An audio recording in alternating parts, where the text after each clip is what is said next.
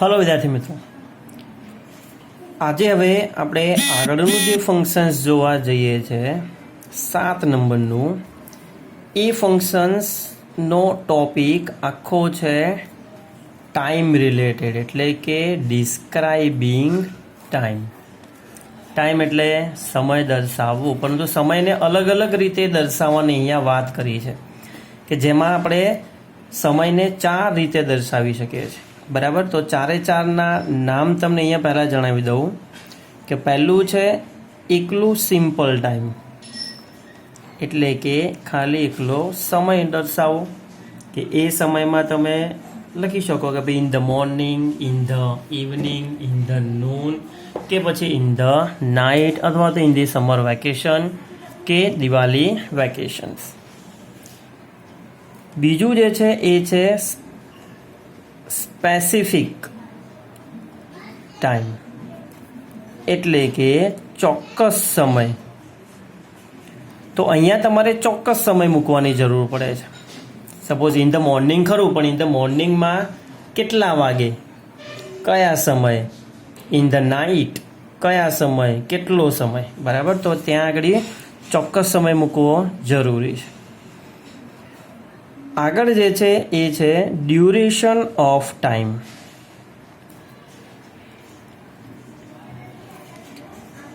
એટલે કે સમયગાળો.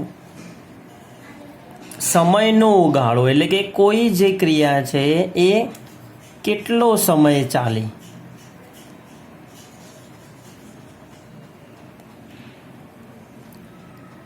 કોઈ ક્રિયા કેટલો સમય સુધી ચાલી છે એ દર્શાવવા માટે ડ્યુરેશન ઓફ ટાઈમ તમે જણાવી શકો. અને આગળનો જે ટોપિક જે છે એ છે પોઈન્ટ ઓફ ટાઈમ,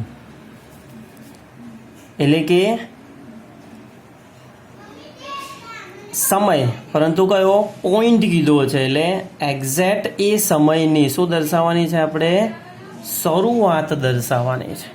એટલે કે કોઈ ક્રિયા કેટલા સમય અથવા તો કયા સમયે ચાલુ થઈ હતી એનો પરફેક્ટ સમય દર્શાવવા માટે પોઈન્ટ ઓફ ટાઈમનો ઉપયોગ થાય છે. એટલે મેઇન ટોપિક જે છે ટાઈમ, પરંતુ એના ટોટલ 4 અલગ અલગ ડિવિઝન, જેમાં ટાઈમ, સ્પેસિફિક ટાઈમ અથવા તો સ્પેસિફાઈંગ ટાઈમ બી લખી શકાય, ડ્યુરેશન ઓફ ટાઈમ અને પોઈન્ટ ઓફ ટાઈમ.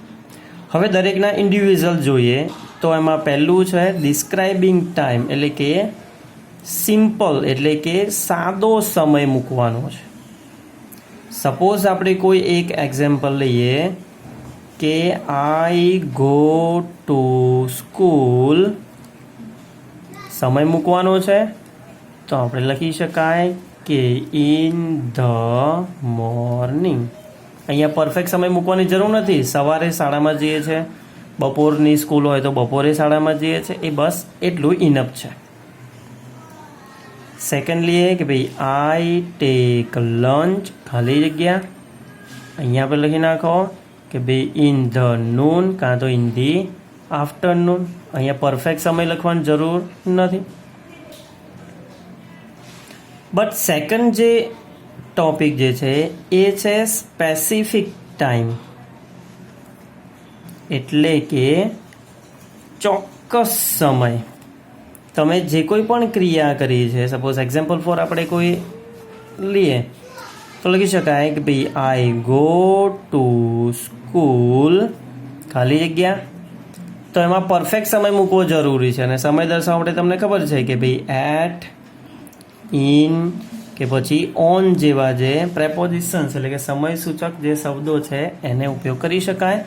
કે ભાઈ I go to school at 6:55 AM, સવારે 6:55 હું જાઉં છું. તો અહીંયા તમે લખ્યું છે ખાલી સવારે, પણ જ્યારે સ્પેસિફિક ટાઈમ કીધો છે, એટલે કે ચોક્કસ સમય કીધો છે, ત્યારે તમારે પરફેક્ટ સમય કે જે અલગ અલગ સ્કૂલ બાળકો જે જતા હોય એનો સમય મૂકવો પડે છે. નેક્સ્ટ છે કે આઈ ટેક લંચ એટ, ખાલી ગયા.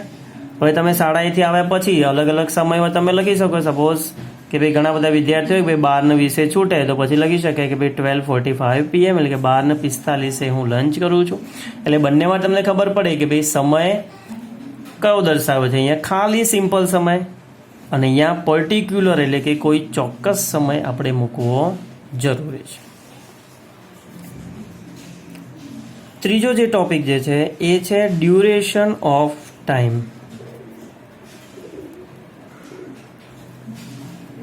એટલે કે સમયનો ગાળો, કોઈ ક્રિયા કેટલા સમય સુધી ચાલતી હતી કે ચાલી એ દર્શાવવા માટે ઉપયોગ થાય. કે જો એમાં પ્રશ્ન પૂછવો હોય આવા વાક્યોમાં તો એ વાક્યની શરૂઆત હંમેશા શેનાથી થશે? હાઉ લોંગ, એટલે કે કેટલા સમયથી, એનું ગુજરાતી થાય.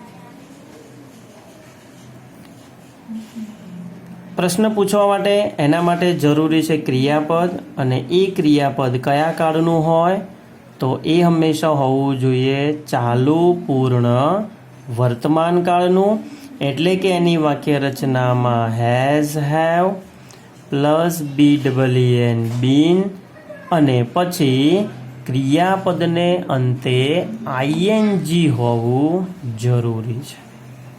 આ વાક્ય રચના અને આ શબ્દ હોય તો જ આ વાક્ય સાચું પડે.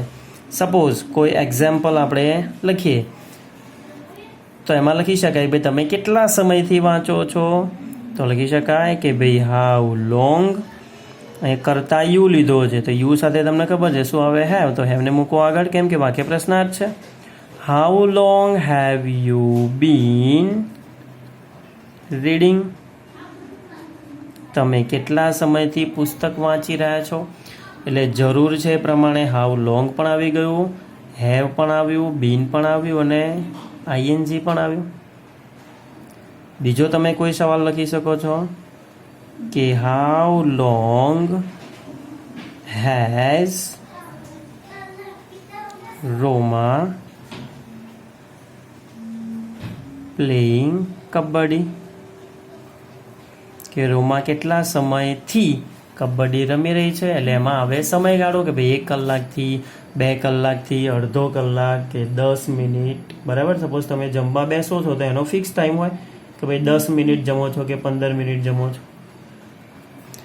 હવે આ તો જસ્ટ વાત થઈ પ્રશ્ન પૂછવા માટે, પરંતુ જો સાદું એટલે કે વિધાન વાક્ય બનાવવું હોય તો પણ આ જ મેથડનો ઉપયોગ થાય. જેમ કે સપોઝ આપણે કોઈ એક્ઝામ્પલ લઈએ, એમાં લખી શકાય કે ભાઈ આઈ હેવ બીન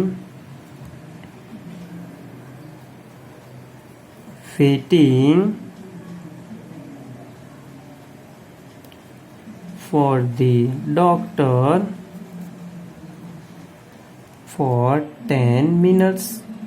કે છેલ્લી 10 મિનિટથી હું ડૉક્ટરની રાહ જોઈ રહ્યો છું. તો આ 10 મિનિટ જે છે એ શું થયું? ચોક્કસ સમયગાળો.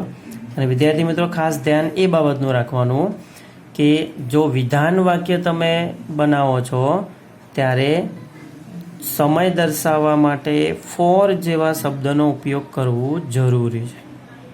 જો નાનો સમય એટલે કે ઓછો સમય દર્શાવવો હોય તો ફોર મૂકવું એ બહુ જ જરૂરી છે. આગળ ચોથો જે મુદ્દો હતો એ હતો પોઈન્ટ ઓફ ટાઈમ. એટલે કે કોઈ ક્રિયા થઈ છે તો એ ક્રિયાનો આપણે શું મૂકવાનો છે? સમય. પણ કયો સમય? એ ક્રિયા ક્યારે શરૂ થઈ હતી એનો સમય આપણે મૂકવાનો છે. તો એના માટે વિદ્યાર્થી મિત્રો જરૂરી છે 2 શબ્દો સિન્સ અને ફોર. ધ્યાન એ રાખવાનું કે સિન્સ હોય ત્યારે હંમેશા પાછળ શું આવવું જોઈએ? ઈસવીસન 2002, 2020, 2019, 1985 એ રીતે. જ્યારે ઈસવીસન સિવાયનો જે સમય છે બરાબર, એટલે કે નાના સમય હોય, સપોઝ કલાકનો હોય, મિનિટનો હોય, કોઈ દિવસનો હોય, તો ઈસવીસન સિવાયના બધા જ જે સમય હોય એના માટે જરૂરી છે ફોર. વાક્ય રચના ઉપર પ્રમાણેની જ કે ક્રિયાપદ કયું હોવું જોઈએ? ચાલુ, પૂર્ણ, વર્તમાન. ફરીથી હું વાક્ય રચનાને અહીંયા લખું છું. 9મા ધોરણમાં આપણે ભણી ગયા કે has, have plus bin plus જે તે ક્રિયાપદ હોય એનું આઈએનજી વાળું રૂપ. સપોઝ મને એવું કોઈ પૂછે કે કમલ સર તમે કેટલા સમયથી અંગ્રેજી ભણાવો છો, મતલબ એ પોઈન્ટ ઓફ ટાઈમ કે શરૂઆત ક્યારે કરી હતી, તો એના માટે લખી શકાય કે ભાઈ કમલ સર એક વચન એટલે has been teaching English since 2008. તો અહીંયા તમે જોઈ શકો છો કે સિન્સ મૂક્યા પછી શું જરૂરી છે? ઈસવીસન મૂકવું એ બહુ જ જરૂરી છે. સપોઝ એવું કહેવાય કે ભાઈ તમે લોકો અમદાવાદમાં કેટલા સમયથી રહો છો. સપોઝ આપણે બીરવાનું એક્ઝામ્પલ લઈએ કે Birva has been living in Ahmedabad. અહીંયા આપણે મૂકીએ છીએ સિન્સ કે સિન્સ 2004. સપોઝ 2004માં એનો જન્મ થયો છે તો કે છે કે જન્મ થયો છે ત્યારથી જ એ અમદાવાદમાં રહે છે, એટલે કોઈ ક્રિયાની શરૂઆત થઈ છે તો કે 2004થી. બરાબર.